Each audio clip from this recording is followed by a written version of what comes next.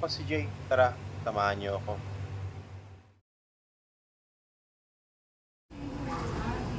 Kinuha ko na towel ko at maliligo na ako. Therapy kasi ngayon ni Julio. Sakto lang pala ligo ko at nakabase na din ako. 4 p.m. kasi therapy niya. At syempre, paalam muna tayo sa asawa ko. Kami lang pala dalawa ni Ate Irene ang pupunta. May lakad din kasi asawa ko ngayon. Papunta na ako sa bahay ni Ate Irene. Good mood ata si Colette. Kiss mo na kay Julio kasi na-miss ko siya. Buti di nagsungit si Colette. Nakasakay na din kami ng tricycle. Malapit lang pala tong center niya. Natutuwa siya pag sumasakay kami sa tricycle. Dami niya kasi nakikitang sasakyan. Andito na nga kami. Excited na naman siya pumasok. Nag-disinfect pa nga ng alcohol. Tama nga po muna kami. Nag-aantay na tawagan siya ni teacher. Lakad-lakad lang. At tinawag na siya. Oras na niya for therapy niya.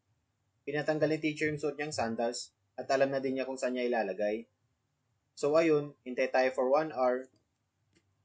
Tapos na din therapy niya. At kakasapin na din ako ni teacher kung anong activity ang ginawa nila at kung nagpa-participate ba si Julio.